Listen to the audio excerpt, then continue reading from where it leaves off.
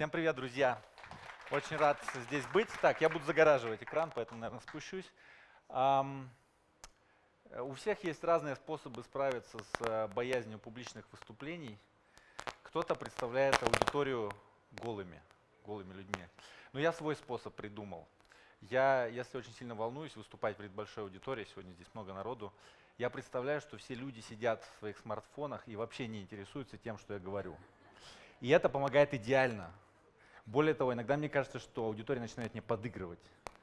Поэтому вот мы с вами давайте договоримся, что если вы заскучаете и вы уткнетесь в смартфоны, то вы как будто мне помогаете на самом деле.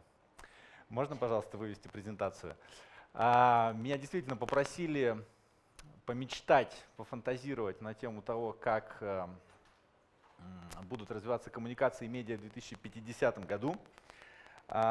И я бы тут хотел вспомнить цитату Генри Форда, которого спрашивали, как вы придумали автомобиль, как вы создали его. И он сказал, ну вы знаете, я вот не спрашивал у людей, что они хотят. Если бы спрашивал, что они хотят, они бы мне сказали, что они хотят более быстрых лошадей. Вот. И поэтому, чтобы мы с вами, как медиаспециалисты, тоже не думали в категориях большеполосные газеты, более скоростной интернет, более социальные сети. Я думаю, что важно об этом говорить. Я думаю, что важно говорить, фантазировать и мечтать о том, какими будут коммуникации, какими будут медиа через 20 лет, через 30 лет. Потому что есть очень хорошая китайская поговорка, что когда на вас надвигается шторм, кто-то строит укрытие, чтобы от него укрыться, а кто-то строит мельницы, чтобы поймать этот ветер, смолоть муку и получить профит. И я считаю, что мы с вами, как представители журналистики, как представители медиа, сейчас как раз перед таким вызовом. На нас идет шторм, мы уже в нем. И как бы нам все-таки построить мельницу, чтобы выиграть? Так вот, вы чуть позже поймете, почему я назвал презентацию «Когда умрет интернет». А сейчас давайте все-таки немножко помечтаем, да? Перенесемся в Душанбе 2050 года. Возможно, он будет таким, не знаю, мы фантазируем, да? Сколько вам будет в 2050 году? Кому-то будет 50 лет, кому-то 60 лет, кому-то 70 лет. Классная история заключается в том, что, скорее всего, вы не будете себя ощущать на свой возраст, потому что благодаря модификациям, лучше этот, да, чтобы не фонило. Так, тогда этот отключат. Хорошо. Благодаря генетическим модификациям, благодаря специальной одежде, которая будет самостоятельно подкачивать ваше тело, без вашего участия, без необходимости ходить в спортивный зал, вы будете ощущать себя, если вам будет 60, будете ощущать себя на 30, если вам 70, будете ощущать себя тоже на 30. Вот. И представьте, что вы возвращаетесь домой. Вы едете, естественно, на самодвижущейся машине. Вы приезжаете домой, там вас встречает уже робот дворецкий, который приготовил вам еду по специальной диете, которая подходит именно вам. И у вас есть немножко свободного времени. Что вы будете делать? Вы садитесь и решаете испытать что-то новое. Вы решаете прогуляться по лесам Амазонки.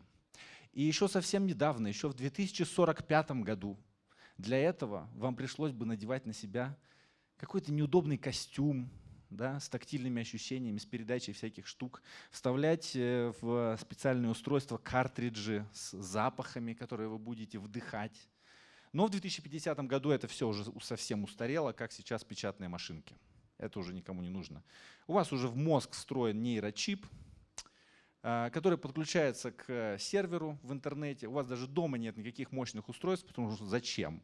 Да? Вообще кремний достаточно дорогой, чтобы у всех было дома по компьютеру. У вас есть просто мега быстрый интернет, у вас есть чип в мозгу, и вы можете всегда подключиться к чему угодно и загрузить любые данные. И все настроено так, что это влияет на ваш мозг, так что вы представляете себе запах, вы представляете себе вкус, вы представляете себе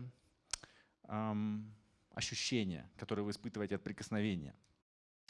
И медиа тоже адаптировались к этой новой реальности. И медиа тоже доставляют не просто информацию, но воздействуют на все органы чувств человека в 2050 году. Это новости, которые можно потрогать, новости, которые можно понюхать, а не только новости, которые можно прочитать или которые можно увидеть. Ну, вот такая зарисовочка из Душанбе 2050 года. Я надеюсь, что мы все с вами доживем, чтобы это испытать на себе. Давайте пройдемся по таким глобальным трендам, которые мы можем испытать на себе уже сейчас во многом, да, и разбить ее на составляющие. Конечно же, очень многие процессы в нашей жизни автоматизируются, и уже их не нужно делать руками, да, и подобно тому, как произошла технологическая революция с синими воротничками, когда на заводах появилось автоматическое производство, сейчас нас, возможно, ждет революция белых воротничков, то есть квалифицированной рабочей силы. И в том числе, конечно же, она затрагивает и уже затрагивает и медиаспециалистов. Я думаю, что многие из вас слышали там новости о том, что в Японии прошел конкурс поэзии, на котором победил стих, составленный роботом. Слепое голосование было. Судьи не знали, чьи стихи они читают, человека или робота. Но в любом случае, то, что сейчас называют AI, то есть Artificial Intelligence, искусственный интеллект, слава богу, пока это еще не искусственный интеллект. Слава богу, пока еще искусственный интеллект не создали и в ближайшей перспективе вроде бы его не создадут. Более правильный термин для того, что сейчас называют AI, это машинное обучение. Машины учатся, но, к счастью, они пока еще не могут создавать новые смыслы сами. Они могут только строить новые логические связи на основе тех данных, которые загрузил в них человек или которые они сами прокачали в интернете. Но если все-таки они наконец-то смогут самостоятельно из ничего придумывать новые смыслы, то, возможно, мы дойдем до той точки, которую называют в прогрессе точкой сингулярности. Слышали о таком термине сингулярность? Как вы его понимаете? Как вы думаете, что такое сингулярность? А слово singular, это очень точно. А что это значит? Ну, в общем, сингулярность в понимании футурологов — это та точка в развитии прогресса, когда наш мозг будет не успевать за развитием этого прогресса, когда мы перестанем ощущать темпы, что темпы будут настолько быстрыми, что человек не сможет за ними успеть своим мозгом. Ну, то есть, условно говоря, если там, привести простую аналогию, это когда появится 3D-принтер, который сможет распечатывать другие 3D-принтеры, которые смогут распечатывать другие 3D-принтеры и так далее. Ну, кто-то строит на основе этой точки сингулярности очень пессимистичный сценарий для человечества, да, что 3D-принтер решит, что зачем мне вообще эти странные мешки с костями. Вот, я лучше всю Землю застрою 3D-принтерами, они будут замечательно жить друг с другом. Кто-то строит позитивный сценарий, что наоборот это освободит для нас время и ресурсы для творчества, и в том числе в медиа, да, потому что, конечно, сейчас простейший скрипт может написать новость на основе исходных сырых данных. Конечно, сейчас простейший скрипт может прокомментировать спортивный матч. И даже там были такие эксперименты, когда нейросеть прочесывала транскрипты известных спортивных комментаторов, таких там, ну, в России, как Уткин, Гусев, и на основе массивов текстов, на основе расшифровок их комментариев делала возможным на текст наложить фильтр. Да, то есть прокомментирую этот матч в стиле Гусева, прокомментирую этот матч в стиле Уткина. То есть как мы в Инстаграме накладываем фильтры на фотографии, эти нейросети там научились накладывать фильтры на текст, на прямые трансляции. Я считаю, что автоматизация ремесленной части нашей с вами работы, то есть вот это кропотливый поиск новостей, отсеивание, изложение, передача этих данных, хорошо, что это будет автоматизировано, потому что это действительно ремесло, и оно освобождает для нас, как медиаспециалистов, ресурсы для более творческой работы.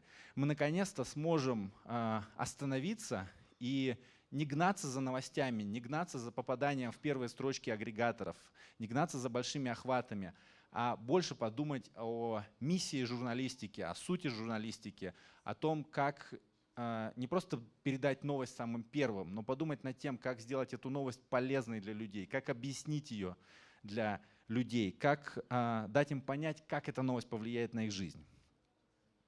Это скриншот из сериала «Черное зеркало». Кто из вас смотрел «Черное зеркало»? Не так много. Отлично, у вас есть планы на выходные. Посмотреть «Черное зеркало». Black Mirror по-английски называется. Это сериал, который строит довольно мрачные прогнозы про наше будущее, который берет какую-нибудь одну технологию и выкручивает ее максимально в негативном аспекте. Да, что произойдет, если… Ну вот в данном случае эта серия рассказывает про общество, где все друг другу ставят оценки. Все друг другу ставят от 1 до 5 звездочек. И буквально утром вы купили кофе. Если бариста был не очень дружелюбный, вы можете поставить ему 3 звездочки или даже 2. И эти звездочки в итоге начинают очень сильно влиять на жизнь людей, потому что вот эта главная героиня, она хочет купить дом, но не может себе его позволить, потому что ее социального рейтинга не хватает для получения большой скидки по этому дому. И на самом деле это уже не научная фантастика, потому что эксперименты с социальным рейтингом проходят в Китае. И там они принимают не самые, пожалуй, позитивные для человечества формы, потому что на основе этого социального рейтинга людям, которые там не всегда согласны с государственной точкой зрения, могут закрыть возможность путешествовать, могут закрыть на поезд, на самолет. И наоборот, тем, у кого большой социальный рейтинг, им все доступно. И эти алгоритмы, они плохи тем, что пока еще не прозрачны, по крайней мере в Китае. Они непрозрачны и непонятно, как вообще алгоритмами описать мораль, как описать этику. Да, одно дело, когда мы ставим 2-3 звезды в приложении такси, в Uber, где-то еще, или оцениваем ресторан, а другое дело, когда мы оцениваем человека, и мы знаем, что из-за низкого рейтинга, из-за низкой оценки вся его жизнь может пойти под откос. Поэтому я думаю, что в ближайшем будущем, еще до 2050 года, нас ждет очень много дискуссий о моральной стороне вопроса, оценки людей, выставления людям какого-то рейтинга и ранжирования нас по этому рейтингу. Но рано или поздно мы к этому придем, потому что даже сейчас все мы сидящие в этом зале, я в том числе, мы есть в базах данных банков, мы есть в базах данных сотовых операторов. Каждый из нас, наш цифровой профиль, он уже загружен в сеть. И компании, большие корпорации говорят нам, что в обезличенном виде, что эти данные нельзя привязать к вашему имени и фамилии. Но опять же, это их слово. Верить ему или нет – наше право. То есть все данные про нас, наши привычки, наша история поиска, наши предпочтения в фильмах, музыке, еде, в чем угодно. Все это описано и привязано к нашему цифровому следу, который остается в интернете. И на основе этого мы видим в том числе таргетированную рекламу. И я думаю, что у многих из сидящих здесь было такое, что вы о чем-то поговорили в семье с другом, и вдруг вам Facebook или Twitter или ВКонтакте начинают предлагать рекламу. И кажется, что, наверное, они нас подслушивают через микрофон. Но на самом деле, скорее всего, вас не подслушивают, просто они очень хорошо вас знают. Просто то, о чем вы говорите, вы это же и ищете в интернете. И наши привычки в реальной жизни, они просачиваются в нашу виртуальную жизнь, они просачиваются в социальные сети и интернет. И пока еще этот социальный рейтинг не привязан к нам, но он уже где-то есть. Уже мы в какой-то степени оценены, в том числе по нашему доходу, да, чтобы таргетировать на нас либо дешевую еду, либо элитную недвижимость. Да, компании таргетируют это в том числе. Генетические и бионические модификации. Сейчас мы держим в руках смартфон, и мы его практически не выпускаем из рук. Мы с ним все время.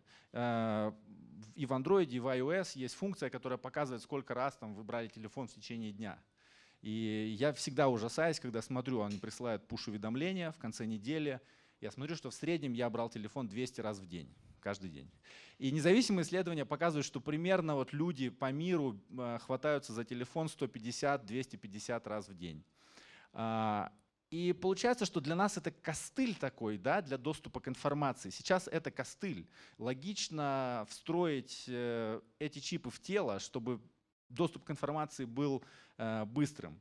Но тут опять же возникает много этических вопросов, много медицинских вопросов. Да. Илон Маск представил не так давно свой новый стартап как раз по нейронному общению мозга с какими-то компьютерными интерфейсами. И надо понимать, что Илон Маск, он прекрасный шоумен, он умеет продать любую технологию, на которой он хочет заработать. А на самом деле нас отделяют от таких интерфейсов еще десятки лет клинических испытаний. Неизвестно, как наше тело будет реагировать на инородные тела, которые в него будут встроены. Но в любом случае мы к этому идем, да, потому что вот эта прослойка между нами и цифровым контентом, она становится все меньше, все тоньше, и в итоге, скорее всего, попадет в наше тело. Да, то есть сначала мы получали доступ к информации через большие компьютеры с гигантскими мониторами, потом мониторы стали тоньше, теперь они превратились в смартфон, смартфоны стали меньше, потом опять больше, теперь там появились умные часы и так далее. Все логично, да? Поэтому сейчас так много говорят про носимую электронику, про умные наушники, браслеты и все остальное. Технологии становятся ближе к нашему телу и, скорее всего, в итоге туда проникнут.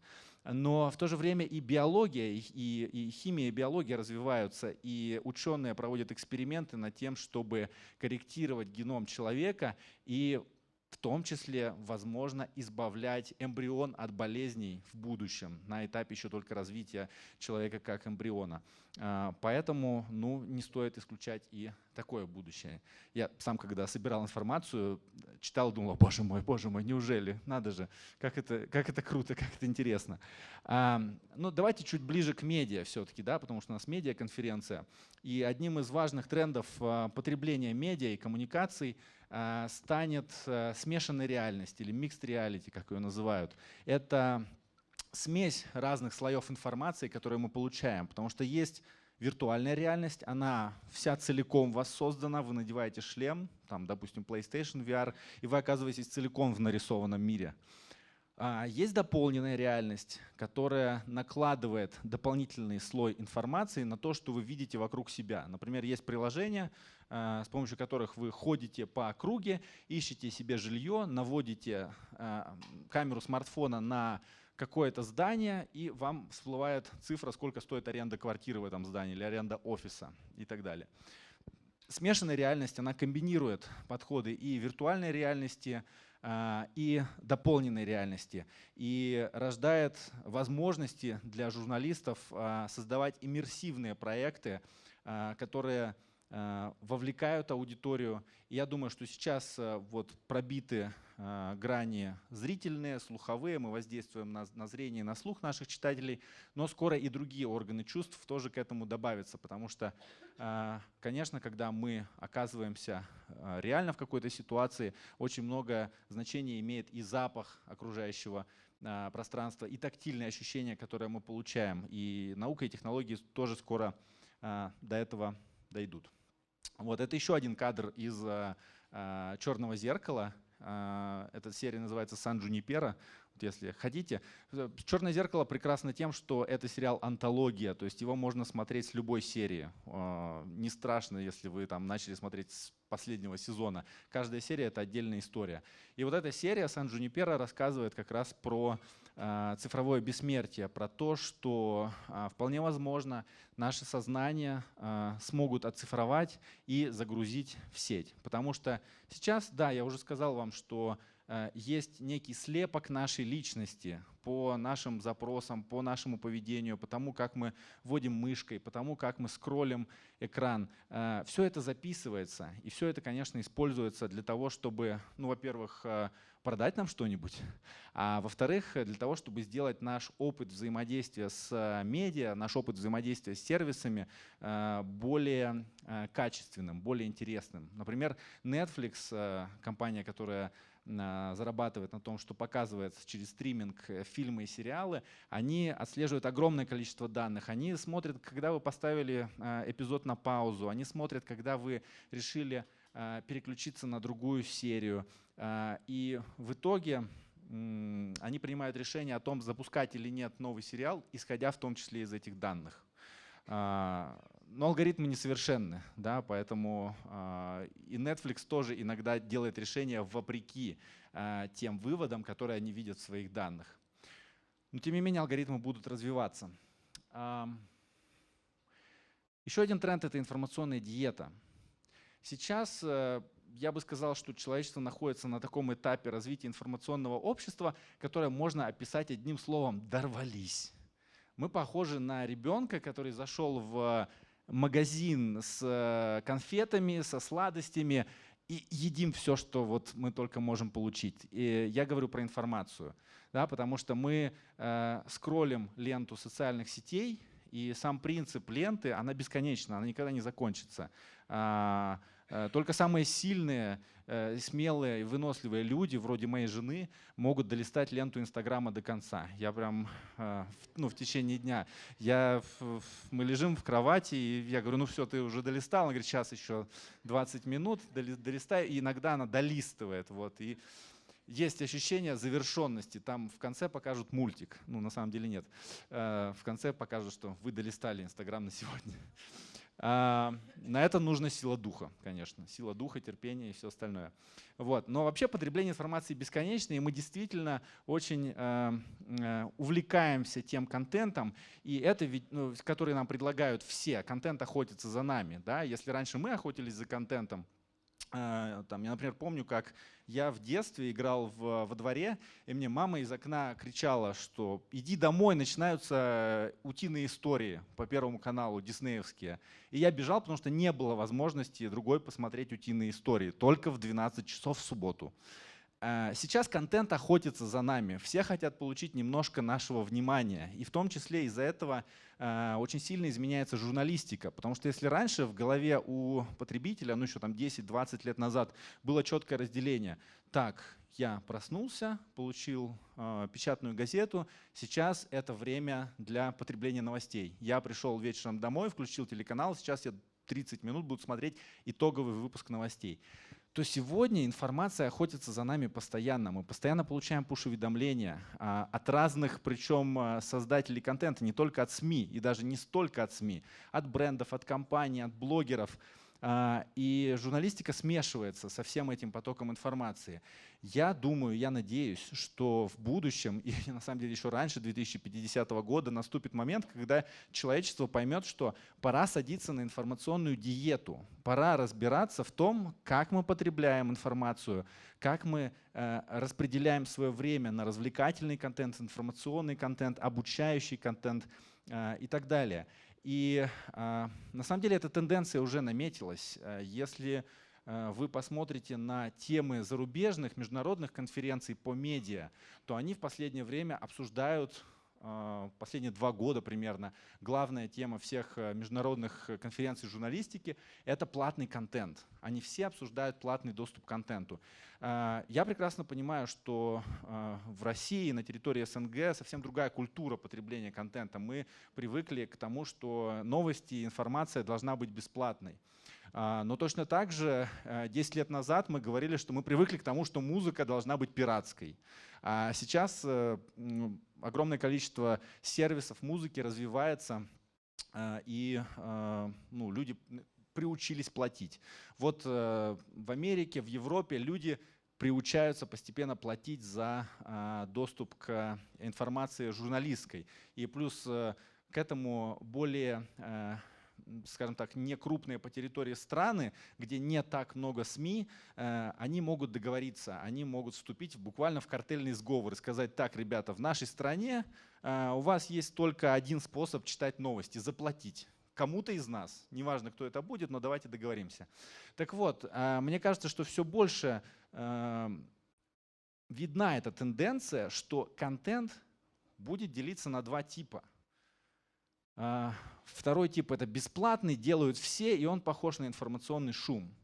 А первый тип — это премиальный контент, за который люди готовы будут платить. И причем они будут готовы платить не за то, чтобы получить больше контента, а за то, чтобы получить меньше контента, но такого, который действительно применим к их жизням, который влияет на их жизни, который помогает им разобраться в том, что произошло в мире, развить себя, узнать что-то новое, а не просто заполнить время, как мы это часто делаем, сидя в очереди, в метро, в маршрутке и пролистывая гифки со смешными зверьками сейчас. Еще один важный тренд будущего – это постепенное сближение и сращивание алгоритмов и контента. Сейчас я бы описал ситуацию, которая происходит во взаимодействии социальных сетей, агрегаторов с производителями контента, то есть нас с вами и также блогеры и компании туда относятся. Я бы описал эту ситуацию как война.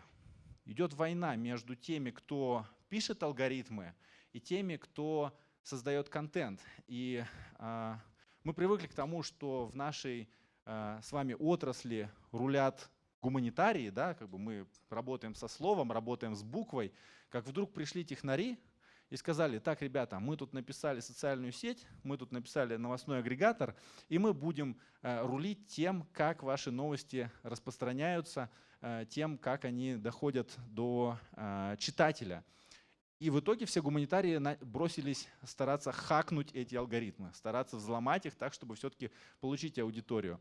И иногда это доходит до порой абсурдных вещей. С одной стороны смешных, с другой стороны грустных, до вещей буквально связанных с технологической цензурой, которую вот эти крупные компании допускают в отношении производителей контента. Я опишу вам один анекдотический случай буквально с российской платформой Яндекс.Дзен. Это ньюсфид, то есть вы читаете информацию, видите какие-то интересные плитки, кликаете на них и открывается статья. И там был канал у одного парня, который делал обзоры сериалов. И он написал обзор на сериал «Сексуальное воспитание», «Sex Education».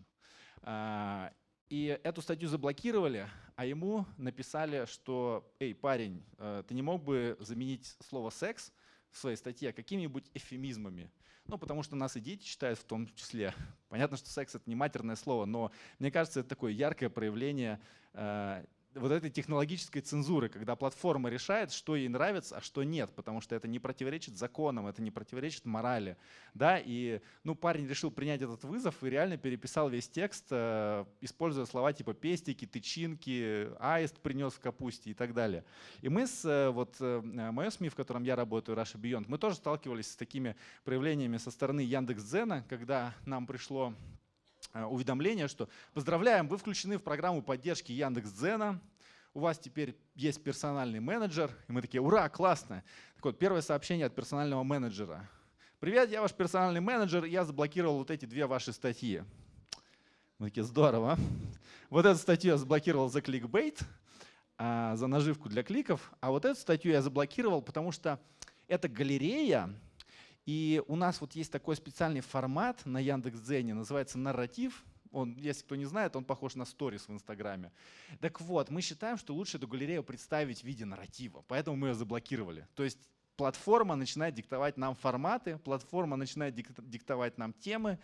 И это, в общем, такая ситуация, если не войны в горячей фазе, то холодной войны. Да? Есть вот такое недоверие между производителями контента и распространителями контента.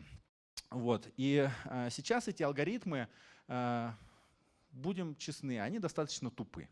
Они показывают людям в большинстве своем то, что людям и так нравится. И в итоге пользователи этих платформ попадают в информационный пузырь, да, потому что им не показывают информацию, которая может бросить вызов их точке зрения, которая может бросить вызов их взглядам. И они замыкаются в этом потоке информации, который снова и снова подтверждает, что они реально думают о какой-то теме. Я читал об эксперименте, который поставили в период выборов в США, когда сторонник Хиллари Клинтон и сторонник Дональда Трампа обменялись аккаунтами на Фейсбуке, вошли в аккаунты друг друга и увидели абсолютно другую картину дня, и увидели абсолютно другую информацию про каждого из кандидатов. И они сказали: о, надо же, я вообще не думал, что там Хиллари настолько прогрессивная, а сторонник Хиллари сказал: о, я не думал, что Трамп, оказывается, не такой странный, да, как я предполагал раньше. Вот. И это проблема информационных пузырей. И я надеюсь, что в дальнейшем вот это сращение контента и алгоритмов, оно будет более интеллектуальным, что алгоритмы не просто будут помните, как эксперименты с мышами, что мыши давят на кнопку, которая подключает электрод в их центр удовольствия, и в итоге умирает от истощения. Вот сейчас похоже, что мы давим на такую кнопку, чтобы соцсети и агрегаторы подбрасывали нам еще больше контента, который нам и так нравится. Но чтобы алгоритмы стали действительно умными, чтобы они расширяли нашу картину мира, чтобы они в том числе работали на так называемое, вот часто в дискуссиях с коллегами возникает, поднять культурный уровень нашей аудитории. Да? Я думаю, что вы такое сталкивались с этим. Обычно приходишь, там начинаешь рассказывать, что вот, ребята, вам нужны новые форматы, вам нужно делать списки, вам нужно делать более легкий контент, а журналисты, особенно возрастные, говорят, что ну как же так, это все фигня, пошлость, нам нужно поднимать культурный уровень нашей аудитории, писать длинные сложные тексты. Но если она их не читает, вы не поднимете его, если люди не готовы воспринимать контент в старых форматах. Вот, поэтому я надеюсь, что из наших врагов и из наших соперников технологии и алгоритмы они превратятся в наших союзников, которые будут в итоге нам помогать в том, что мы делаем. И все это в совокупности, мне кажется, что мы находимся на этапе переходного периода или над информационным обществом начинает постепенно вырастать такое общество интересного опыта, общество необычных впечатлений, которые мы получаем. Потому что многие люди, я исхожу из своего круга общения, я вижу, что они отказываются от материальных ценностей, они отказываются от покупки машины, от покупки квартиры, от покупки дома, дачи в пользу погони за впечатлениями. То есть современный молодой человек, миллениал или даже из поколения Z, выбирая между покупкой машины и кругосветным путешествием, он выберет кругосветное путешествие. И мы видим это в развитии сервисов, в том числе так называемой шеринг-экономики, экономики совместного пользования, когда люди готовы платить за какие-то блага, но только за то время, пока они ими пользуются. Вот Москва сейчас второй в мире город по количеству машин каршеринга, сервисов каршеринга. То есть вы можете со своего смартфона открыть машину и поехать на ней, и заплатить только за то время, пока вы ей пользуетесь. И там есть самые разные машины. То есть хочешь — едь на Kia Rio, хочешь — едь на BMW 5 серии. Есть даже несколько Porsche. Да? То есть вот ты платишь достаточно большие деньги, но ты прокатился на Porsche, и это немножко снижает какое-то желание бежать за материальными ценностями, потому что часто гонка за этими материальными ценностями, она нас радует и выделяет в нашем организме эндорфины только пока мы до нее бежим. А потом, это как в детстве. Да? Мы очень хотим игрушку, поигрались 1 день, 2 дня, а потом она наскучила.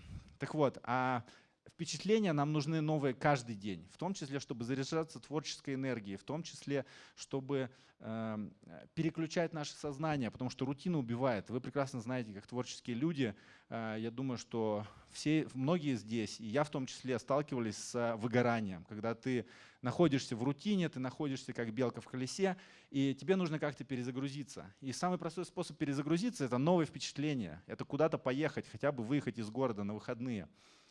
Вот. И мы сейчас видим, что и в социальных сетях, и в Инстаграме наступает вот этот культ новых впечатлений. То есть здесь опять же новые впечатления и опыт — это здорово. Но когда это превращается в культ, когда это превращается в впечатление ради впечатления, это тоже может быть несколько опасным. Да? И есть, допустим, уже такой феномен овертуризма, когда из одной фотки в Инстаграме маленькая живописная деревушка или маленький красивый природный уголок, он просто ломится под толпами туристов, которые туда приезжают, чтобы сделать ровно такую же фоточку в Инстаграме, как и все остальные. И появляется уже много таких разоблачающих даже проектов. Например, есть такой Инстаграм под названием «You didn't sleep there», «Ты там не спал», которые постят фотографии палаток, установленных не по правилам. Да, потому что travel-блогеры, они делают красивую фоточку с палаткой и ставят ее, например, на языке тролля в Норвегии, на таком вот камне, который выдается во фьорд. Или ставят где-нибудь там посреди реки.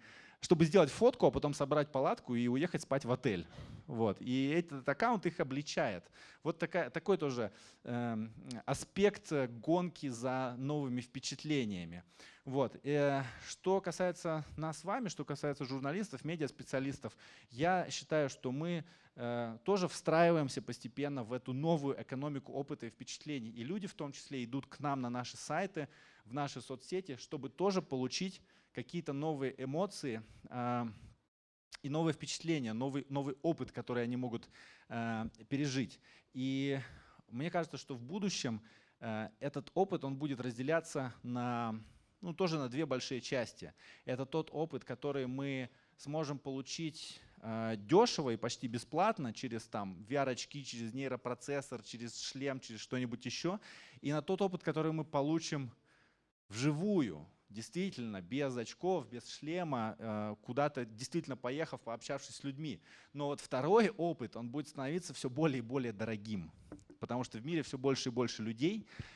И во многом сериалы, фильмы, пролистывание Инстаграма, для многих из нас это как раз сублимация, это как раз вот замена реального опыта цифровым опытом. И вот эта погоня за тем или способ повлиять на человеческие эмоции, мы сейчас это видим даже в современных медиапроектах. Например, не так давно американское издание BuzzFeed запустило такой раздел под названием Mood Feed, то есть можно перевести как настроенческий поток. Ты на таком вот колесе справа выбираешь, как ты себя чувствуешь сейчас, например, я хочу есть, hungry, или я испытываю ностальгию. Нажимаешь, и он выдает тебе набор единиц контента, которые соответствуют твоему настроению. То есть они стараются повлиять на эмоции людей напрямую. И в этом тоже на самом деле находится, на мой взгляд, ключ к дальнейшему развитию журналистики. Мы должны становиться немножко психологами. Мы должны немножко понимать, как люди распространяют наш контент, как мы можем воздействовать на их, в том числе, эмоциональное состояние. Да? Вот нажали, что чувствуешь себя весело, вот тебе, пожалуйста, это не самые лучшие образцы журналистики, конечно, да, 14 фотографий с бульдожкой, которые тебя спасут твою неделю или что-то такое. Поэтому на пути к этому обществу впечатлений, я думаю, что нам с вами стоит порадоваться тому, что у нас еще есть возможность смотреть на то, что происходит вокруг нас, не через смартфон. И тут же поднялись люди руки со смартфонами, которые стали фоткать этот слайд. Это мой любимый момент. Мой любимый момент. Надо радоваться, что мы можем сами испытать то, что вокруг нас происходит, сами ощутить текстуру ткани, сами ощутить какой-то запах, услышать звук, да, не через наушники, не через колонки. Да, но это вот мы немножко сейчас приостановимся с футурологией, с предсказаниями, потому что, услышав все это, всегда находится такой вот человек из Фотобанка, который спросит: ну ладно, вот, но у тебя же называется лекция «Как умрет интернет?», когда умрет интернет? Когда умрет интернет? Или он спрашивает: когда умрут газеты? Я думаю, что этот вопрос вы слышали очень много раз на протяжении последних 15 лет. Когда умрет телевизор? Когда умрет? Когда умрет журналистика, в конце концов? Сколько можно ждать уже? Уже поминки справили, она все живее всех живых. Ну и вот такой новый модный вопрос: когда же блогеры умрут? Как вы думаете, какой ответ на этот вопрос можно дать? На эти все вопросы один ответ. Никогда? Никогда не умрут газеты, никогда не умрет телевизор. Блогеры нормально, не жалко, блогеры. Пошли вон с нашего поля журналистики, пошли вон блогеры. Я считаю, что правильный ответ на все эти вопросы вот такой. Неважно, хватит хоронить вообще все блогеров, журналистику, газеты, интернет. Это не важно. Знаете почему? Потому что это все способы доставки информации, это технологии, это не суть того, что мы делаем. Через 100 лет, через 1000 лет люди будут общаться мозговыми импульсами или наоборот, я не знаю, произойдет катастрофа, и мы опять будем общаться почтовыми голубями. и делать наскальные значит, рисунки, как было на обложке моей презентации. Суть заключается в том, что технологии меняются, а истории остаются. И если мы хотим прекрасно себя чувствовать в 2050 году, в 2150 году, в 3000 миллионном году, мы должны уметь находить истории и классно их рассказывать. Потому что в том числе за этим люди идут к нам. Да? Не только за новостями, потому что новости стали уже общим местом, новости есть везде. Они идут к нам за классными историями. Во всем мире, ученые посчитали, до 70-х годов прошлого века было примерно 300 миллионов авторов, 300 миллионов человек, которые что-то после себя оставили. Это не авторы книжек, это в том числе и архитекторы, музыканты, живописцы. Всего 300 миллионов человек. А что произошло в 70-е годы? Бум свободного авторства. Интернет, ARPANET появился, а потом интернет. И сейчас половина населения Земли стала авторами. Произошел взрыв авторства. Но какой контент делают эти авторы? Давайте посмотрим. Какой контент мы делаем каждый день? Если мы говорим не про журналистов, да? Ну, мы создаем, нет, мы делимся, конечно, этим со всем миром, но, в общем, это пример просто, это иллюстрация, что мы часто делаем довольно бессмысленный контент, который, ну, никак не меняет жизнь нашей аудитории к лучшему. Да. Все, девочки, хватит делать селфи. Вот, сейчас, да, вот. Угу. Перелистал. Была гифка. В общем, проблема приходит и в журналистику в том числе. Мы тратим слишком много времени на бессмысленные тексты, которые никто не читает. Но мы почему-то продолжаем их писать. Вот там сейчас часто говорят, в 2018 году создали в мире 300 экзобайтов информации. Это столько информации, сколько человечество не создавало за всю свою историю. Но что составляет основную часть этой информации? Переписки. Прив, как дела, чё как. Вот тебе эмоджи, вот тебе смайлик, вот тебе селфи. Это прекрасно, это важно, это наше общение, да, ну там частично перешло в мессенджеры, частично перешло в социальные сети. Но это не тот контент, который историки потом будут долго и кропотливо изучать и прочесывать каждую такую переписку. Да? И точно так же в журналистике мы часто делаем достаточно бессмысленные вещи, действительно пишем такие тексты, без которых мир мог бы прожить, действительно занимаемся гонкой за технологиями, чтобы получить немножко охвата, получить немножко трафика, и забываем про суть того, что мы делаем. И в итоге, да, это гифка была, ха-ха-ха-ха-ха, она сработала наконец-то. И в итоге у нас атмосфера в редакциях вот такая в итоге бывает. Когда ты написал текст, который никто не читает. И ты, значит, не знаю, как у вас, у меня были такие эпизоды, когда вот мы сидим на планерке, на разборе полетов, и такие, блин, ребят, сколько ваш текст прочитали? Кто-то говорит, мой 200 кликов было, кто-то говорит, мой 300 кликов. Но это же вообще ни о чем. Там за этих 300 кликов еще 150 — это поисковые роботы. А еще 50 — это сам автор обновлял страницу, так дома сидел. Знаете, была история в российском издании одном стали платить премии за клики, за то, что статья набрала больше определенного количества просмотров. Типа решили, мы такие модные, сейчас вот покажем, как правильно работать. Вот, люди будут писать рейтинговые тексты. И одна авторка, как правильно? Автор. Корреспондентка, спецкорка. Она подговорила своего друга-программиста написать скрипт, который такой ботнет, короче, завел на ее статьи и реально дедосил этот сайт. И у нее было десятки тысяч просмотров, но она немножко не рассчитала, потому что в среднем картина по больнице была намного хуже. И эти тексты были не настолько классными, чтобы генерировать там десятки тысяч просмотров, когда все остальные от силы набирали сотни. Ее, естественно, вычислили и выгнали с позором. Вот, в общем, Давайте тогда поговорим, перейдем уже от футуризма к тому, а как нам к этому всему подготовиться, да? Как нам готовиться к тому, что люди будут и уже читают наши тексты по-другому, и как нам делать меньше бессмысленных действий. Вот, несколько тезисов. Первый тезис, я уже его говорил, что рушатся и уже разрушились на самом деле границы между разными типами контента. Для людей сейчас все это просто экранное время.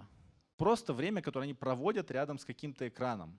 И наши публикации сближаются в том числе с сериалами, с видеоиграми.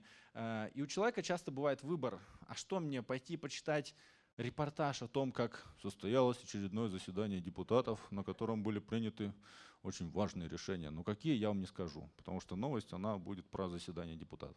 Или посмотреть сериал новый, да, или поиграть в видеоигру. И люди часто делают выбор, конечно, в пользу заседания депутатов. Вот. Но не часто, не так часто, чтобы спасти журналистику. Для нас это означает, что если мы конкурируем с этими крутыми чуваками, у которых есть многомиллионные бюджеты на то, чтобы застроить Дубровник драконами и снять там «Игру престолов», то мы должны у них учиться. Мы должны делать то, что не делает никто другой. Потому что если мы делаем то же, что все остальные, а зачем нас тогда читать? Да? Вот если взять те же новостные агрегаторы, нажимаете на любую строчку, на любую новость, и открывается список из 30-40 одинаковых заголовков. Это значит, что во все эти редакции пришло одно и то же информационное сообщение от информагентства. 30 журналистов написали, сделали рерайт. Хорошо, если сделали. Да? Иногда просто копипастнули и там одно слово заменили. Вот. Но высший пилотаж, если они взяли комментарий, позвонили эксперту, взяли комментарий, свой контент уникальный уже стал. Вот. А более-менее эти 30 новостей ничем не отличаются. И они написаны для того, что, все же вокруг пишут об этом, как мы можем пропустить. А это общее место, да? Новости — общее место. Поэтому нужно понимать, как мы будем отличаться. И когда конкуренция за темы у нас сужается, да, потому что очень сложно сейчас накопать какую-то эксклюзивную новую тему, о которой никто не рассказал. Мы можем конкурировать по другим направлениям. Например, мы можем конкурировать в форматах, потому что контент сейчас в интернете и в социальных сетях — это не только сама тема, которую вы нашли, благодаря своим источникам, благодаря своим там, стрингерам, фрилансерам, не знаю, крутому мозговому штурму, но и формат. Если вы можете предложить какой-то неожиданный, необычный формат изложения одной и той же темы для своей аудитории, то вы побеждаете, в том числе в этой конкурентной борьбе. То есть формат, как и контент, может быть эксклюзивным. Когда мы говорим, что мы делаем эксклюзивный контент, мы имеем в виду не только, что мы пишем на темы, на которые никто другой не пишет. Сейчас все более-менее друг у друга подсматривают, но люди подписываются и привыкают, в том числе к уникальному формату. Да? И часто бывает, что не нужно ходить куда-то далеко. Часто бывает, что классный формат — это старый, давно забытый формат. Да? Вот, смотрели интервью Юрия Дудя? Классный новый формат. Человек берет интервью. 2 стула, на одном интервьюируемый, на второй интервьюер. Нет, понятно, что там секрет успеха — это потрясающая харизма Юрия, это то, что он раскрывает собеседников. И действительно, как-то жанр интервью в последнее время подувял, а он его немножко вдохнул в него новую жизнь. Вот. Но что мешало всем остальным раньше сделать классное интервью? Непонятно. Поэтому форматы становятся фактором успеха в том числе. И мы вот в Russia Beyond, в издании, где я работаю, мы стараемся тоже придумывать все время новые форматы. Например, исторические тексты мы стараемся подавать иногда как пьесы. Да? Вот у нас была популярная статья «Почему Россия продала Аляску США». И мы решили сделать ее еще и в виде пьесы, в которой есть действующие лица: Россия, США, алеуты. И они обмениваются, значит, разными историями. А потом мы на это посмотрели и такие решили: да это же переписка в мессенджере. Они же друг с другом переписываются. И решили сделать из этого видеоролик, в котором реально вот идет переписка с эмоджи, со звуковыми эффектами. Вот. И когда Америка в конце получает все-таки Аляску, мы добавили звук из «Властелина колец». My precious. Вот, полную версию можете потом посмотреть в интернете. Подписывайтесь на нас, ставьте лайки. Вот. Мы стараемся использовать в том числе эмоджи и всякие новые фишки для того, чтобы вовлекать и молодежную аудиторию. И вот здесь к Международному дню эмоджи мы зашифровали известные произведения русской литературы. Сможете угадать какие-нибудь из них? Вот «Три сестры» угадали, пятый. Первый — Евгений Онегин, супер. Так, «Отцы и дети» седьмое, да. Третий — Анна Каренина. Второе — «Преступление и наказание», да, круто. Так. Да, Анна Каренина третий. Четвертый — «Война и мир». «Три сестры». Шестой что? Обломов, Обломов, да. Молодцы. Так, восьмой сложный. Седьмой — «Отцы и дети», а восьмой сложный. Кто восьмой отгадает? На восьмом у нас многие сыпались. Не-не, вот посмотрите на первое эмоджи, в нем подсказка прям. Вот кто это? Доктор? Доктор Живаго. Доктор Живаго, да. Мы долго думали, как показать революцию, и решили, что вот рупор будет революцией. Так, девятое. Да. Так, десятое. Не видно, да? Ну, первый ряд угадывает. «Мастер и Маргарита». «Ешь, молись, люби» — это не русское произведение. Да, ну все, вы молодцы, круто. Видите, как даже вы, сидя здесь, вам сразу стало интересно угадать. Вы не представляете, сколько комментариев было под этим постом. Огромное количество. Люди спорили, говорят: нет, это не Анна Каренина, ты не прав, бла-бла-бла. Вот, поэтому через такие как бы кросс-платформенные форматы мы стараемся привлекать аудиторию, в том числе к культурным темам. Сейчас мы рисуем большой видеоролик, я пока его не буду показывать, он не готов. Большой видеоролик «История России, рассказанная в компьютерных играх». Там будет такой храм Василия Блаженного строиться, как Тетрис. Будет, значит, стояние на реке Угре в виде игры Worms, ну и так далее. Всякие крутые. Релиз, надеемся, что выпустим к концу года. Вот. Это еще один формат, который мы придумали для популяризации русской литературы. Значит, мы подумали, что в этих классических произведениях очень много товарно-денежных отношений. И решили представить, какие смс-ки от банка мог бы получить Чичиков, например. Да? Недостаточно оснований для предоставления услуги передачи мертвых душ даром. Перевод на имя Чичиков отклонен. А здесь вот смс-ки, которые получал Раскольников. Да? Сервис микрозаймов «Тлен». Родион, умеешь молиться? Выдана сумма 1 рубль 50 копеек по залогу серебряные часы на стальной цепи. Вот. И под каждым из таких скриншотов, якобы с их телефонов, мы разместили кусок этого произведения, чтобы люди могли прочитать, а что там было на самом деле. И через это люди, кто-то вспомнил: какая классная книга, пойду ее почитаю, наверное, на досуге. Вот, тоже такой вот был неожиданный формат. Ну и пьесу я также использовал и для своих статей. Я пишу про медиа, про технологии в журнале «Журналист». И я долго писал всякие инструкции, типа там 10 правил, как нужно работать в соцсетях, 5 типичных ошибок редакторов. В какое-то время я устал от этого. И подумал, что можно в виде пьесы тоже это показать, как редакция решила заниматься соцсетями. И так немножко сделать это больше беллетристикой такой. Вот. И очень важно помнить, что регулярность использования форматов, она намного важнее, чем постоянное придумывание вот такого артхауса. Потому что постоянно генерить новые форматы реально тяжело. И тяжело себя заставить, значит, если вы один раз придумали формат, делать в нем что-то регулярно. Каждую неделю делать тест. Да? Очень простой формат тест, можно сделать на плейбазе, но нужно делать его каждую неделю. И это тяжело. И редакции часто об этом забывают. Вот. Ну и вообще, конечно, должен вам сказать, что придумывать новые форматы и креативить — это реально всегда дико тяжело, дико выматывает, люди выгорают. И я, конечно, вам сейчас показал всякие веселые истории, но на самом деле вот люди, которые это придумывают. Посмотрите в их лица. Вот. Одна из редакционных планерок. Такое хмурое утро понедельника. Люди придумывают смешные форматы. Да, ну зато иногда мы просто запираемся в комнате, заказываем пиццу и такие: так, ребята, 6 часов, мы не выходим отсюда, пока не придумаем 10 новых форматов. Иногда приходится такие марафоны устраивать. Третий тезис заключается в том, что, на мой взгляд, медиа сейчас стали таким новым диким западом. Поясню. Никто не может вам сказать однозначно, что вот эта штука стопудово сработает или вот эта штука стопудово провалится. Ну, представляете, если бы Юрий Дудь такой до запуска своего блога написал бы где-нибудь там в Фейсбуке такой: ребят, я собираюсь брать интервью у знаменитых людей, как думаете, зайдет? Что бы ему ответили до того, как он запустил свой блог? Это уже было, это фигня, что ты сможешь нового сделать? Тут вот Парфенов был крутой, а ты тут щенок, там или кто-нибудь еще, да? Познер, да, вот Познер берет интервью. И сколько сейчас просмотров у Познера? Хотя он старается, да, старается.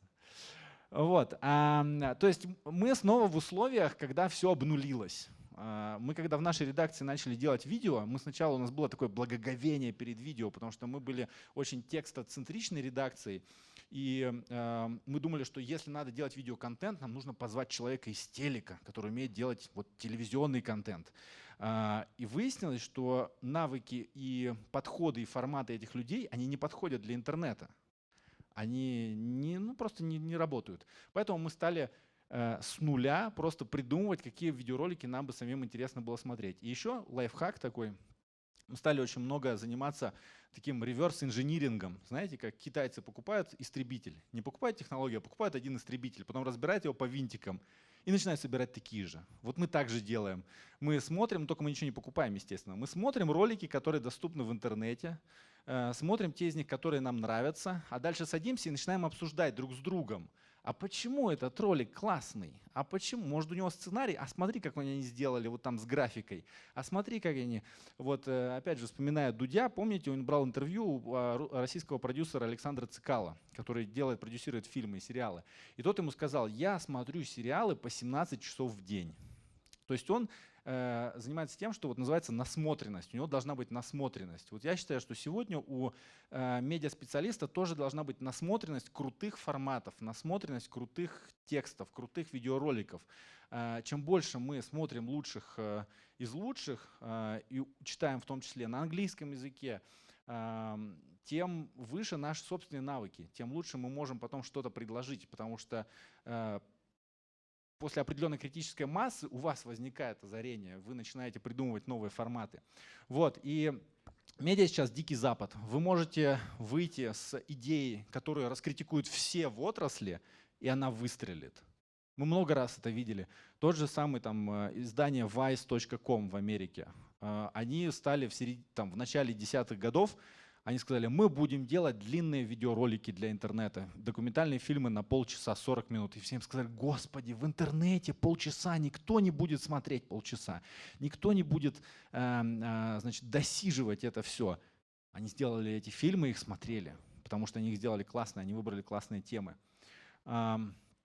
Вот. Ну еще одна особенность вот этого того, что медиа стали похожи на Дикий Запад, это вот как будто мы занимаемся венчурным инвестированием. Да? Как венчурный инвестор, он берет и свои деньги раскладывает по 100 разным стартапам. Если 1-2 из них выстрелят, ну уже хорошо, он там отбился. И для нас получается во многом то же самое. Нельзя делать ставку только на один какой-то формат, нельзя делать ставку только на одно какое-то шоу. Реально приходится что-то запускать, смотреть, как это идет, 1 неделю, 2 недели. Потом, если не пошло, закрывать. Вот у меня есть любимая, нелюбимая история провала. Шоу мы пытались сделать, шоу «Русские бабушки». Мы подумали, что это будет прикольно, если русские бабушки сидят и что-то нетипичное для них делают или обсуждают. Вот, в первом эпизоде они смотрели «Игру престолов» и обсуждали. Во втором эпизоде они курили вейп и крутили спиннер. Тогда спиннеры были популярны, вот они это делали. В третьем эпизоде они играли в PlayStation. Вот, и в итоге это был полнейший провал, просто полнейший провал. Никто это не смотрел. Там были разные факторы. То есть первая пара бабушек, мы нашли таких профессиональных актрис, которые переигрывали. Просто страшно переигрывали, на это было ужасно смотреть. Вторая пара бабушек, наоборот, они на кастинге, наш кастинг такой, пришли в редакцию бабушки, мы с ними поговорили, такой кастинг. На кастинге они выглядели супер аутентичными, супер классными, вот реальными бабулями, с ними было здорово. Кажется, вот она сейчас тебе чайку с малинкой нальет, все супер. Перед камерой они закрылись просто, вот невозможно было снимать. И мы реально их 3 часа учили в GTA играть на PlayStation. вот, из этого нарезали 1 минуту, ее тоже никто не посмотрел, и мы поняли, что нужно это закрывать. Да? И такое происходит. Вам кажется, что идея классная, вы делаете контент, но он по разным причинам не взлетает. Можно его, конечно, потом докручивать, но иногда бывает проще отпустить и сделать что-то новое. Да? Поэтому нужно понимать, что сейчас мы все более или менее занимаемся вот таким венчурным инвестированием в форматы, в темы, в платформы в том числе. Да? Попробовали на Телеграме, там не пошло, окей, забили на него, может быть там нет нашей аудитории. Четвертый пункт — это то, что видео становится общим местом, таким же, как новости. И если там во многих редакциях еще идут дискуссии о том, нужно ли нам видео или нет, то если вы в итоге скажете «да», очень может быть, что вы уже попадете на супервысококонкурентное поле, в котором реально сложно пробиться, да, потому что в пространстве СНГ вы начинаете конкурировать там с большим количеством русскоязычных видео. Мы делаем контент на английском языке, мы сразу там конкурируем с тоже огромным пластом разных изданий. И все научились делать видео очень классно, очень качественно, очень здорово, очень интересно. Не так много остается, хотя всегда можно найти, окей, но самые такие популярные ниши, они оказываются уже заполнены. Там еда, кулинария, отношения. По ним всегда есть что посмотреть. Поэтому, если вы еще не пошли в видео, ваша редакция не пошла в видео, нужно очень хорошо подумать, как именно, что это будут за видео, какие там будут истории, какие будут сюжеты, какие будут форматы этих видеороликов. Вот пример нашей редакции. Мы одну и ту же тему стали делать в 2 форматах, и как текст, и как короткий видеоролик. Это вот тема про убийство семьи Романовых, как оно произошло в начале 20 века. И была длинная статья, достаточно длинная, вот она, видите, листается на мобильнике, как это выглядит. И слева то же самое, но уже телеграфным стилем, очень короткими субтитрами в формате видеоролика. И всегда, когда мы такое делаем, у нас просмотров видеоролика больше в десятки раз. Десятки раз лучше смотрят видео. Это не значит о том, что люди разучились читать. Потому что часто говорят, вот интернет разучил людей читать, люди перестали читать. Может быть, в какой-то степени, но на самом деле, в принципе, всегда было мало людей, которые читали большие тексты. Длинные, аналитические, их всегда было мало, всегда, в принципе, в мире. Интернет просто показал нам, что да, ребята, таких людей мало. Одной из точек роста, если вы решите делать видео, является то, что для многих людей сейчас YouTube и другие видеохостинги, они стали новым поисковиком. То есть если человек хочет что-то узнать или чему-то научиться, он не идет в Google или Яндекс, он идет прямо в YouTube и набирает там, как завязать галстук. Я так делаю. Я не умею завязывать галстук каждый раз, когда мне это нужно. Сегодня, очевидно, не тот случай. Но когда мне нужно завязать галстук, я иду в YouTube и ищу. И видите, сколько просмотров? Да? 3 миллиона просмотров, как завязать галстук. 777 тысяч, 2,7 миллиона просмотров, 218 тысяч. Поэтому подумайте, какие запросы есть у вашей аудитории, которые она будет искать на видео. Наверняка есть специализированные запросы, которые будут релевантны только в Таджикистане, только в Казахстане, только в Кыргызстане, только в Узбекистане, которые люди будут набирать. И по ним еще либо не сделаны видеоролики, либо сделаны очень некачественные. И если вы сделаете лучше, даже по базовым запросам, вы получите эту аудиторию. Поэтому это тоже достаточно хорошая точка роста. Вообще отслеживать поисковые запросы сейчас это очень мощный тренд. Мы в конце каждой планерки с коллегами тоже садимся и смотрим, а что люди искали в интернете. У нас сайт про Россию для иностранной аудитории. Что люди, иностранцы, искали на английском языке про Россию. И раз или два в неделю мы находим какую-то тему интересную, люди, которые вбивают. Часто бывает вопрос очень глупый, он часто бывает содержит ошибку в нем, но люди это ищут. Ошибка там типа, почему СССР присоединился к войне США с Германией, нацистской Германией? Почему он присоединился? Люди набирают это в интернете, они это ищут. И если у вас есть статья, которая удовлетворит этот запрос, который повторит его буквально и просто в тексте объяснит, что, ребят, вы просто немножко недопоняли, вы получите эту аудиторию. И вот это как раз то самое поднятие культурного уровня.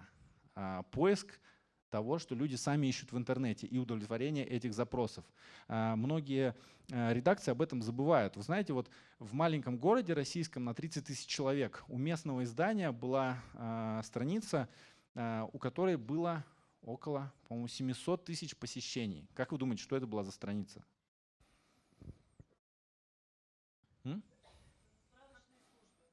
Да, это была страница «Все такси города Муравленко». Все службы такси. То есть они просто перечислили эти телефоны, и люди забивали там «Такси Муравленко», бац, им выпадала эта страница. И дальше, часть из них, конечно, задерживалась, шла дальше читать новости, тексты, которые есть на сайте, потому что сейчас наша задача не только сделать какой-то контент, который составляет тон нашего издания, составляет имидж нашего издания, но и создать воронку, через которую новая аудитория будет попадать на наш сайт или в наши соцсети и, в принципе, узнавать о том, что мы есть. И дальше наша задача их конвертировать в возвращающихся, конвертировать в лояльную аудиторию. Пятый тренд — это такая вот беллетризация контента, что называется, то есть более литературные изложения, более интересные изложения, не просто голые факты. И многие проекты как раз на этом строятся. То есть один из самых популярных телеграм-каналов в России — это телеграм-канал Мэш, который рассказывает достаточно чернушные новости, но делает это не в стиле информагентств. Там в Москве произошел захват заложников, там человек с ружьем сидит в каком-то здании банка. Они пишут: «В Москве заварушка». И дальше начинают рассказывать. И это такой стиль общения коллег у кулера. Или как бы ты своему другу рассказал об этом событии. И за счет этого формата, а еще в конце они добавляют какую-нибудь шутку, если она уместна, за счет такого формата, за счет такой интонации, за счет такой подачи они быстро стали популярными, раскрутились до нескольких сотен подписчиков в Телеграме. Вот. Поэтому нужно понять, как мы разговариваем с людьми, да? как мы доносим до них информацию. Не просто сухие информационные сводки, но немножко эмоций, немножко больше каких-то интересных вещей. И что мы замечаем еще, это то, что аудиторию, как и раньше, как и 1000 лет назад, привлекает какое-то оригинальное мнение. Привлекает и мнение, и форма его выражения. Почему в том числе так популярны блогеры? Потому что они часто не связаны редакционными форматами. Они сами себе придумывают формат. Они не работают в рамках редакционных регламентов, которые им сверху спустили. Они могут сегодня надеть одну маску, завтра надеть другую маску. И в чем-то это делает их более искренними. Я не про всех говорю, но отдельных блогеров это делает более искренними в глазах аудитории, что они не связаны этими форматами. Поэтому это еще одна, на мой взгляд, точка роста для современной журналистики. Вернуться к старому забытому формату мнения, колонка, мнения. Колонки и мнения, они всегда вызывают огромное количество обсуждений. Это может быть видеоколонка, это может быть видео какой-то, репортаж с подмешанным туда мнением, потому что и блогеры тоже тем же самым занимаются, когда они приезжают куда-то на место, делают обзор, делают travel-репортаж и в том числе рассказывают что-то от себя. И люди подписываются на них, потому что им интересно не только то, куда этот человек поехал, что он видел, что он ел, им интересен он сам как личность. И я считаю, что и современная журналистика должна выращивать внутри себя таких же звезд, как и блогеры сейчас. То есть редакционный коллектив, уникальный журналистский коллектив, внутри него тоже могут быть блогеры. Каждый из нас должен развивать и свои личные социальные сети, может быть, свои личные блоги в том числе, даже если мы являемся брендом, составляющей бренда какого-то другого издания.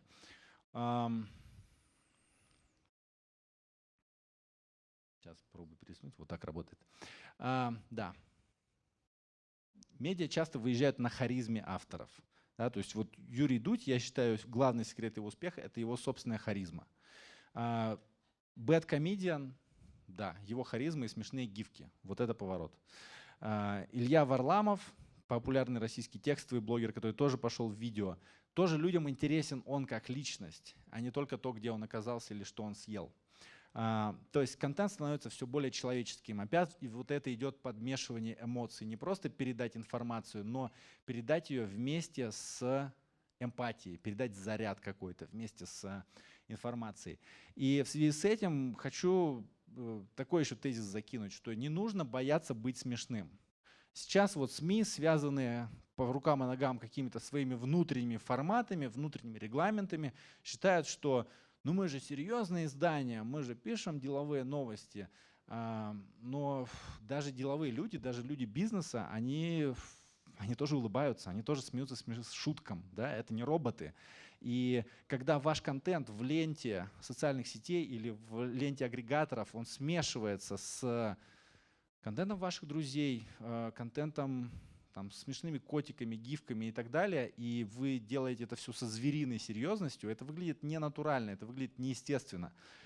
Поэтому издание, которое сможет найти правильный тон, правильный баланс между и серьезностью, когда нужно быть серьезным, и ироничностью, и самоироничностью в том числе, когда это уместно, оно будет успешным.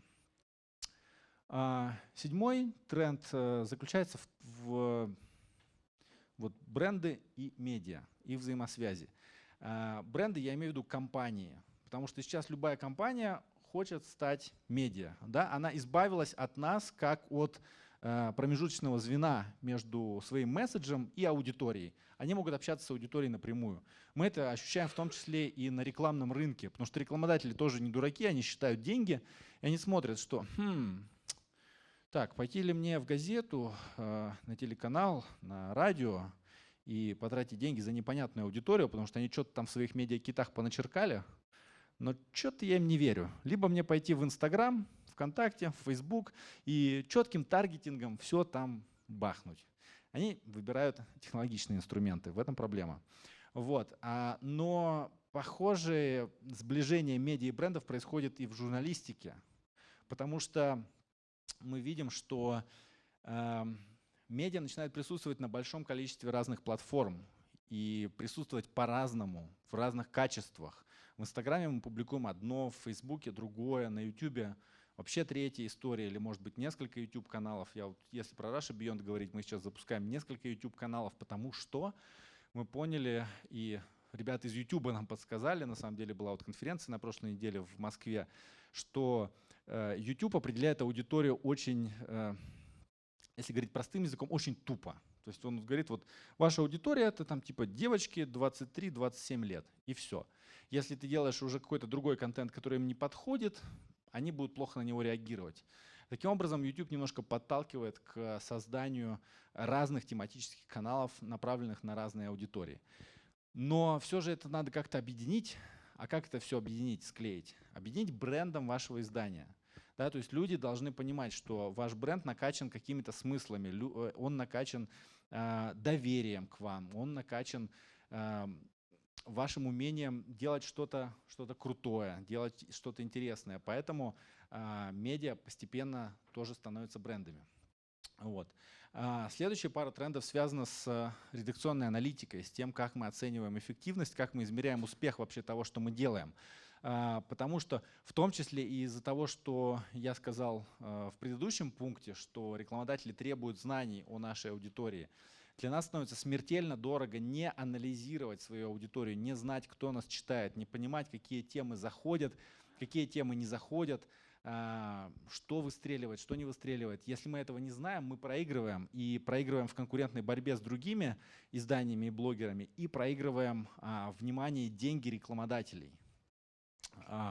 Ну, я надеюсь, что все сидящие здесь прекрасно там, пользуются Google Analytics, Яндекс.Метрикой, On.the.io и другими средствами редакционной аналитики. Вот. Но наступает еще такой сдвиг, что меняется важность того, что мы отслеживаем в этих всех сервисах. Да, мы все сначала, в конце нулевых, в начале десятых мы привыкли к тому, что в первую очередь нужно мерить охват. И вот эта история с девочкой, которая там написала ботнет, это история про охват. Да, там мерили чисто клики, сколько людей кликнуло на статьи. А сейчас, и мы это видим по теме нашей конференции, все большее значение принимает вовлечение, насколько люди взаимодействуют со всем этим.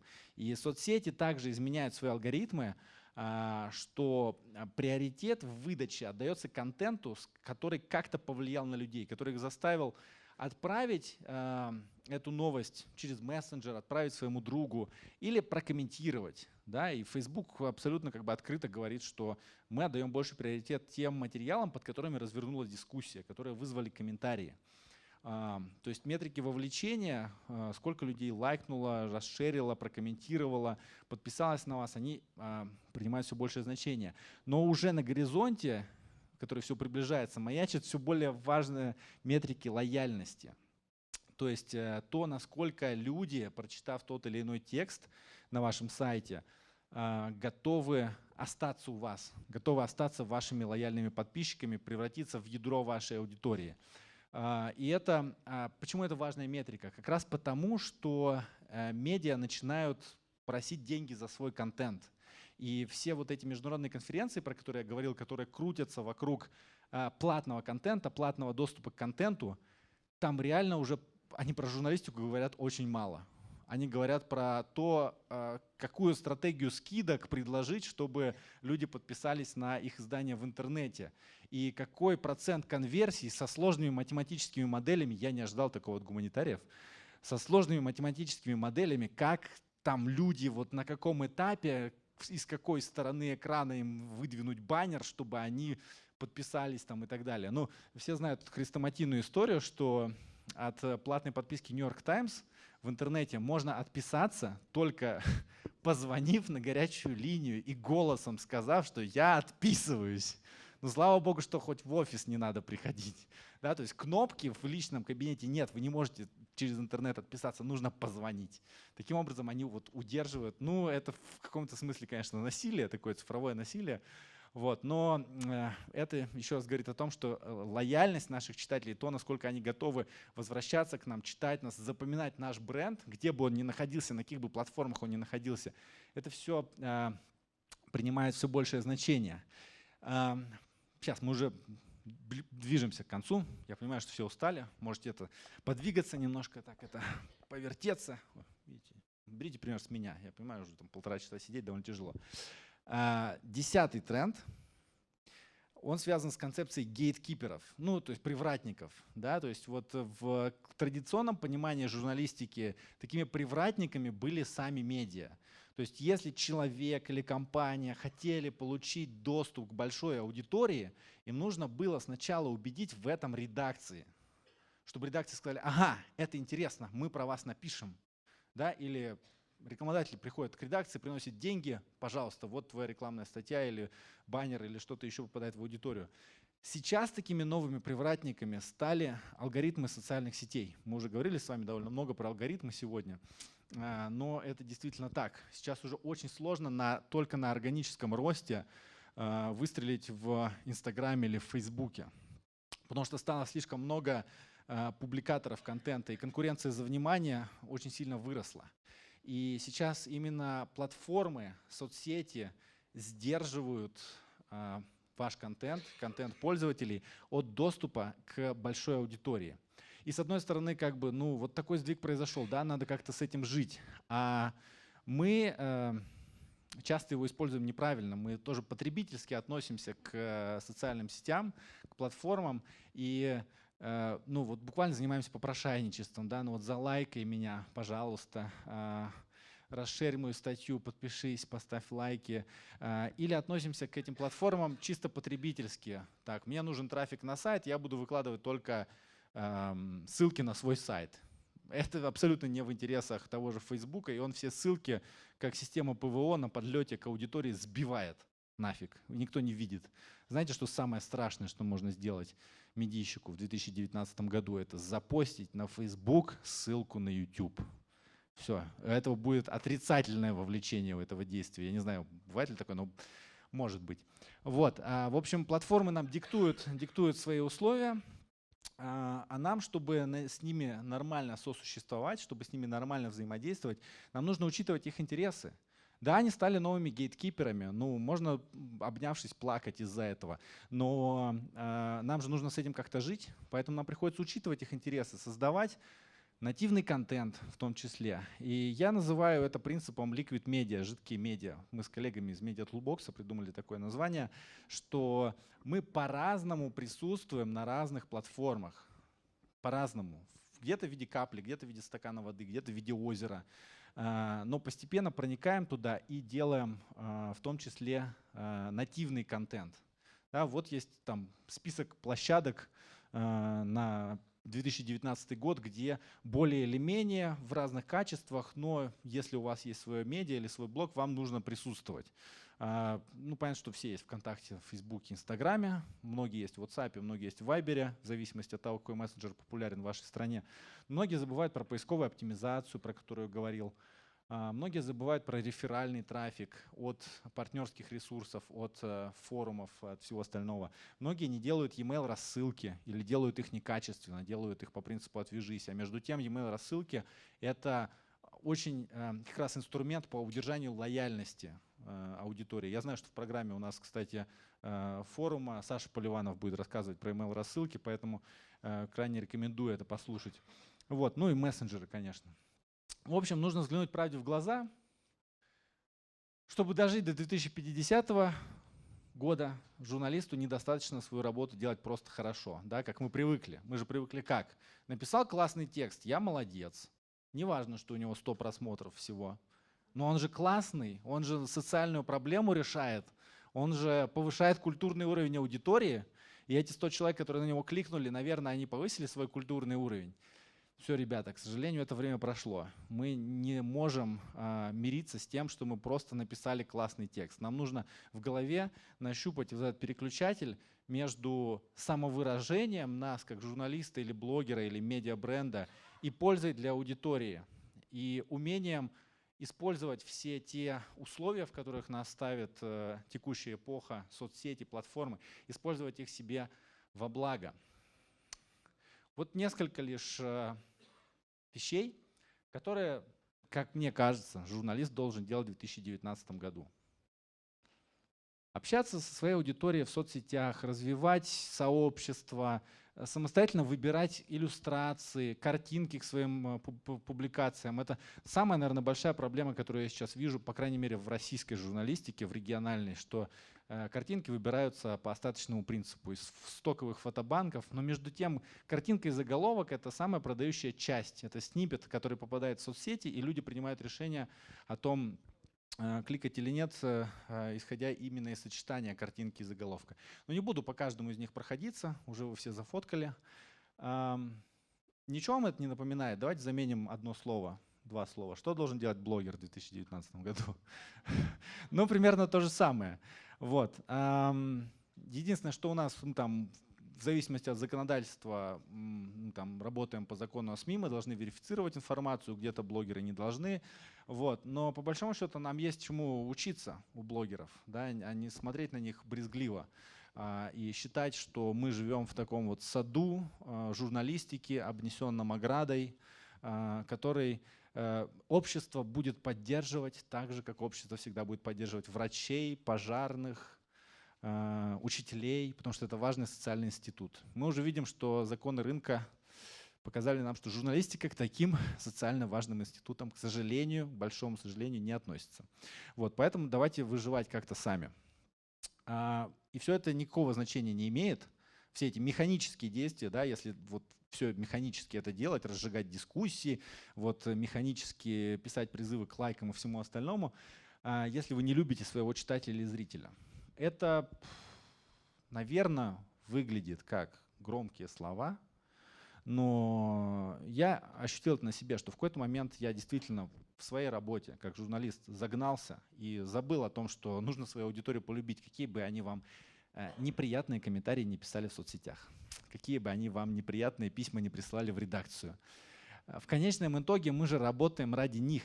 В конечном итоге мы же все делаем ради удовольствия нашей аудитории. Поэтому, если глубоко в душе, может быть, каким бы суровым человеком вы не были внешне, но в глубине души вы очень сильно полюбите свою аудиторию, я думаю, что все эти механические действия и творческие действия, они обретут намного больший смысл, потому что отношения с аудиторией, они во многом похожи на отношения в семье.